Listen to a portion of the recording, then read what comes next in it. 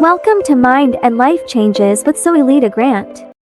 So, I'm Zoilita Grant, and I want to welcome you back to Mind and Life Changes. This segment is Mindpower Made Easy, and we're so lucky for the third time to have Karen back. I scheduled her for 3 sessions on purpose because I wanted someone with her area of expertise and understanding about human beings to be able to really help me set the foundation of the fact that it is your mind and your mindset that is really creating your reality. Karen supports her clients by resolving underlying issues of anxiety, depression, anger, grief, trauma, abuse, shame, guilt, physical and emotional pain, PTSD, and about every other ill that you could imagine could be plaguing your life. The wonderful thing about Karen's work is that she can do it more quickly and painlessly so that her clients have the opportunity to get rid of stuff fast and to proceed into having a happier life.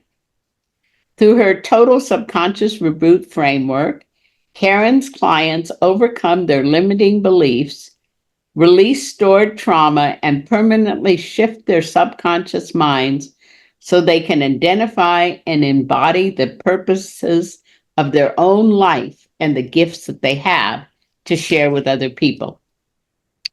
And that leads me exactly into what I'd like to cover today. And what I'd like to cover is the idea that you are really okay. You know, in the early years of my being a psychotherapist, and I was a psychotherapist for about 35 years, I've been a coach for about 15. But in the early years of my being a psychotherapist, there was a book that came out that was I'm Okay, You're Okay. And it really set the foundation for part of what my belief has always been, is that a lot of stuff gets identified as mental health that is really more about just learning the right skills. You know, most of us grew up, I think the statistics are 92% of people in America grew up in dysfunctional families. That's an amazing statistic. And if you think that so many of us are missing skills, it feels a lot more hopeful because you can learn to change. What do you think about that idea, Karen?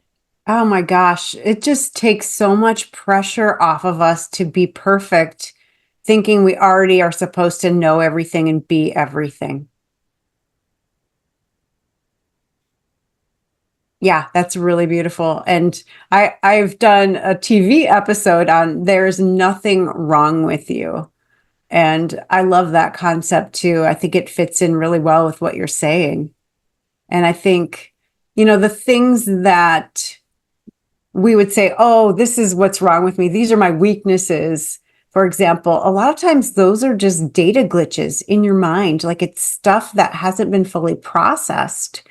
And it's really simple to get that stuff filtered through if you know how to do it. And I love, we were talking right before this episode that you left psychotherapy. And I would love to hear more about, what prompted you to do that after 35 years? I began to feel like I had always attracted high functioning clients who looked upon psychotherapy as a shortcut to personal growth and development. You know, in my really early years, I did intense things like worked in a mental health facility and worked with teenagers in residential treatment and did domestic violence. And so I kind of said, I paid my dues in therapy, and now I get to work with more fully functioning people that want to grow and develop. But I began to notice that just being in therapy gave them the presumption something was wrong with them. And that's what I wanted to change. And so I started taking courses through the International Coach Federation and did their foundation training and really got more into the idea that people could be coached to grow and change, and that coaching was co-creative and spontaneous and was a relationship of equals. And then over the course of time, because I've always loved hypnosis, I helped to pioneer the development of hypnotic coaching. Wow. That's incredible. I love that because then you're speaking to the subconscious mind where real change takes place. That's beautiful. Mm-hmm. Yeah. In rapid resolution therapy, we talk sometimes about the difference between traditional therapy and what we do. And in rapid resolution therapy, we don't find it useful to relive anything. And there is this belief that in order to fully heal something, you have to feel it.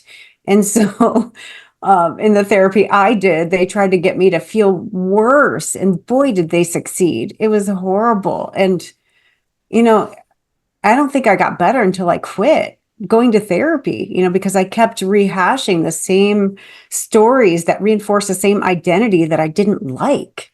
That's And absolutely true. It's re-traumatizing. yes. It's re-traumatizing to relive things. And really what we want to do is we want you to let go of the past so that you can step forward into creating your future. Yes, it's beautiful. That's why I love rapid resolution therapy so much, is because it really delivers the information, or me as a facilitator, I deliver the good news to the subconscious mind that these events that you keep tripping over, and every time you think of them, you're like, oh my gosh, I can't believe this happened. And it's like, for example, a woman who was raped, the rape itself was not nearly as traumatic as her memory of it, because the memory, then she adds all these distorted meanings. I knew I shouldn't have gone out that night. I knew I shouldn't have worn that. I knew I shouldn't have done this. And it's like most women end up blaming themselves for some aspect of it. So it's worse than the actual rape. And that was bad enough. So I deliver the good news to the subconscious mind that that event is over with. It's over. And there's nothing for the mind to do about it anymore. So and the way that it's done is in a really beautiful, affirming way.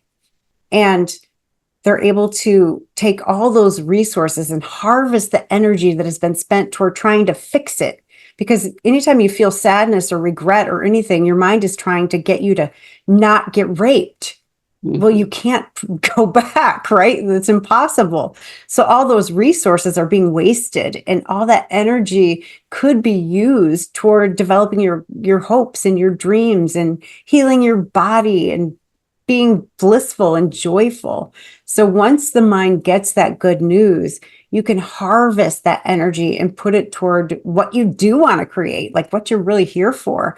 And then you still have the memory. So you have the wisdom of that you can share with other people, but there's no energy going toward trying to prevent it anymore. That's really remarkable. And, last time we brought up the concept of resource states. We started in our first of these series by talking about using the breath to develop a sense of self-regulation so that you were in more of a place of having better resources to deal with what comes up. And then last episode, we actually talked about how you create a resource through a meditative or through a self-hypnosis kind of process of a power image, and you bring in all elements of the senses. Let's talk about creating positive habits as new resource states. And I think one that you've mentioned in the first, that's a good place to begin, is the habit of gratitude. Oh, yeah. Yeah. And there's a lot of lip service toward gratitude. I mean, we hear about it all the time. But here's the main thing, like scientifically, what you notice appreciatively appreciates. So when you notice that your spouse took out the garbage without you asking, and you say, wow, thank you for taking out the garbage, I really appreciate that, he or she is more likely to do it again and again because you notice it appreciatively. So when you notice that you hit every green light and you're like, oh my gosh, that's amazing, I hit every green light, I know it doesn't make sense, but you're more likely to hit more green lights because you've told the universe, like, hey, this is what I want. So for me, that is how I like to use gratitude, is really noticing in the moment, whether it's noticing a person or something I experienced, or wow, I noticed like in the past, I would have been really reactive to that. And I was just in my center and able to really love that person who was attacking me in the moment, and to see that as they were calling out for love. And I was able to give it to them, and the Mhm. situation dissipated. Wow, I'm really grateful that I was able to resource that. Thank you. That reminds me of the laws of actualism, that energy directs thought and that thought follows energy and that whatever you put your attention on expands. Yeah, I didn't know that's what it was called. I love it. Yeah. And so Beautiful. when you put your attention on something, that is what you're going to begin more into your life. And the same way with prosperity thinking. When we think about prosperity, we often just think about the financial area of the wheel of life, but prosperity is physical and emotional health. It's relationship satisfaction. It's being able to have the career with the life purpose, a stimulating mind, balancing emotions, a rich spiritual life. That's what true prosperity is. And the more that you are in that concept of gratitude and blessing life, the more life blesses you back. Yeah, absolutely. I've heard this saying, create or complain. And I don't think those are exclusive. I think you are constantly creating. So when you're complaining, you're creating more of what you don't want. It's exactly what you were Absolutely. saying.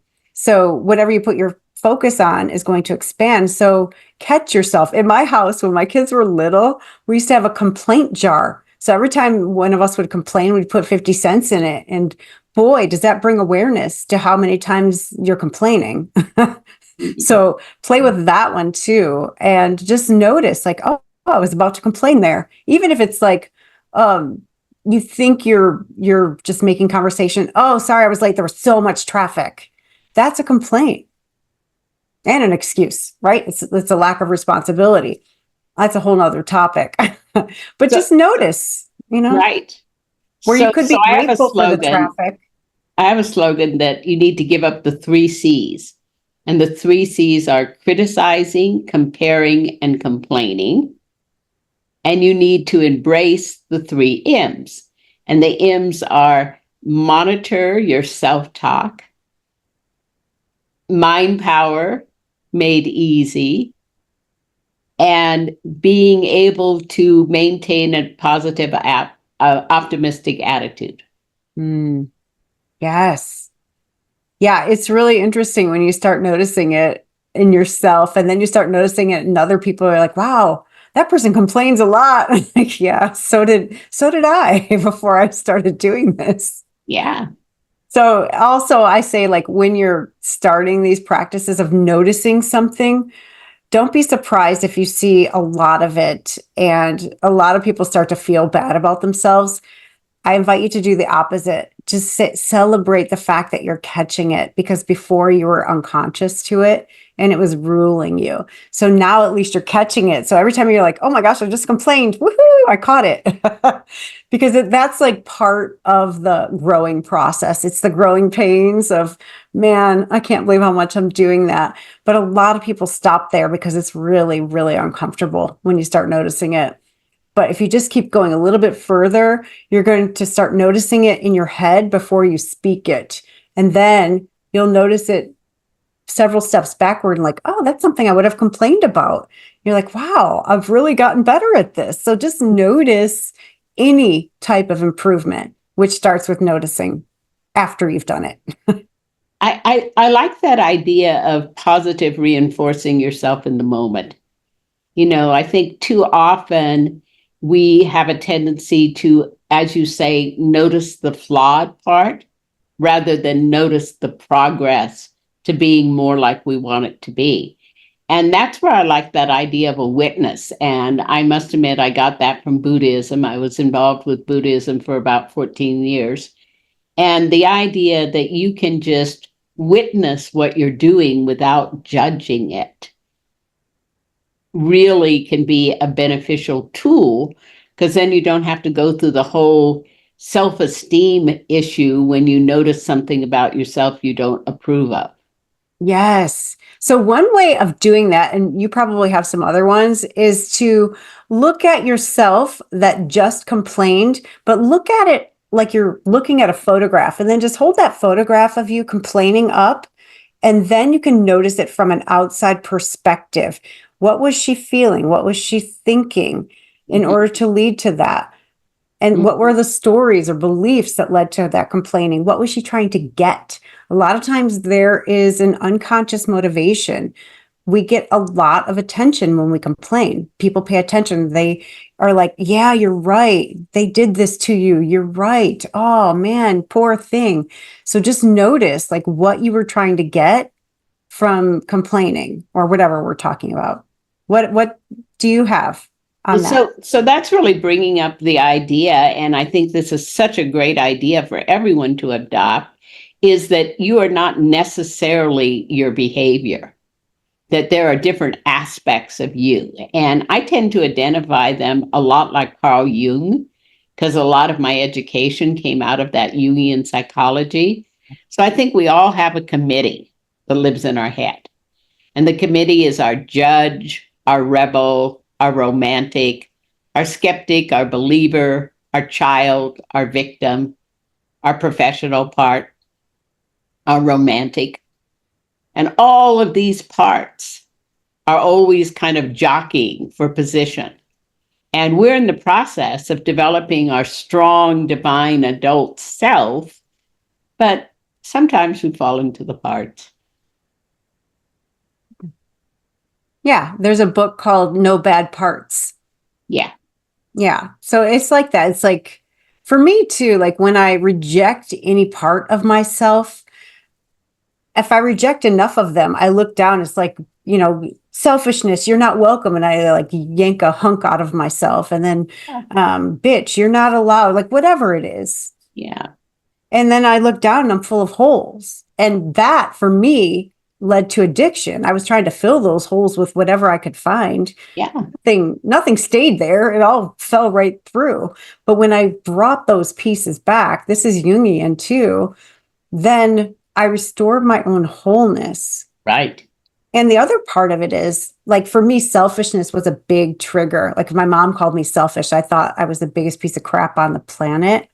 So I did everything I could to not be selfish, which meant I gave everything to everybody and had nothing left for myself. Mm-hmm. So I was serving no one really. But from that place, if I'm so afraid of being selfish, then I had nothing left to give. So the opposite side of that selfish coin is generosity. Mm-hmm. So in order for me to be fully generous, I got to bring back in my selfish little bitch and just love her, love her, love her. Yes, that's the key. Self-love, self-compassion. That's why one of the things that I always really stress to people is the importance of really having good self-esteem, of having good self-love. Because when you have self-love and self-care, then you can give the best of yourself, not the rest of yourself. Yeah. And a lot of people talk about that. What are some practices to actually accomplish it that you share with people? So I just turned 79. Now, I operate my life like I'm a couple of decades younger, and I have good genetics and good healthy habits, but I practice extreme self-care. And extreme self-care means for me things like bubble baths by candlelight. It means things for me like sitting and listening to music that I really love rather than saying there's tasks that need to be done. For me, it's doing things like massages and facials and, bubble baths. It's a way of nurturing me so that when I give, I feel like my own cup is full. Yeah. So really what I'm hearing is like really finding the things that fill your cup and doing more of those. Yes. And I say like make them non-negotiable, put them in your calendar. Yes. Say, nope, I have an appointment. It's like, yes, it's with myself. Me. So we have a couple minutes. Is there anything you'd like to finish up by saying? Oh, just there's so much. One thing is if you think there's something wrong with you or that you're defective or you're not enough, welcome to the human race. Every single human being has their own flavor of this, like not enoughness. And I mean, it comes from as we're babies, we know innately that we need our food bringers to survive. Our parents, whoever's raising us, we need them to ensure our survival. So we learn to please them. And that if we don't please them, we could die or we will die. It's that dire when we're little. And then parents, not knowing any better, they kind of play on our innate fear of abandonment. And they do things without knowing any better and say, good girl, I'm so proud of you. Bad girl, I'm so disappointed in you. And we learn how to please them, and they use that to control our behavior. So we also attach all these distorted meanings to things like about people, about ourselves that have nothing to do with science. Like we're taught like to look at life through a scientific lens of cause and effect about everything except ourselves. So if you drop a toy and you throw it on the ground, you know it might break. But if you throw it against a pillow, you know it won't. You know that things fall down, not up or sideways. But when it came to you, you realize like if I don't please my food bringer, I could die, which means I better be good. I better be quiet, whatever it is that you learn. And then we attach all these distorted meanings, like I said, and take it through to adulthood. So just know that there is nothing wrong with you. All that stuff can be resolved. It is possible for you. So I recommend working with somebody to resolve that stuff and get it out of the way so you can shine, because you are here for a purpose so big that only you can fulfill. And you can't do it with all that stuff in the way. Very true. So thank you so much for sharing your wisdom with us, Karen. Thank you so much for participating in our podcast. And I'd like to invite you back next week to Mind and Life Changes. Our episode will be expanding your knowledge, and we'll be having John Koenig be our first at our author hour. So look forward to seeing you then. And remember always, change your mind and change your life.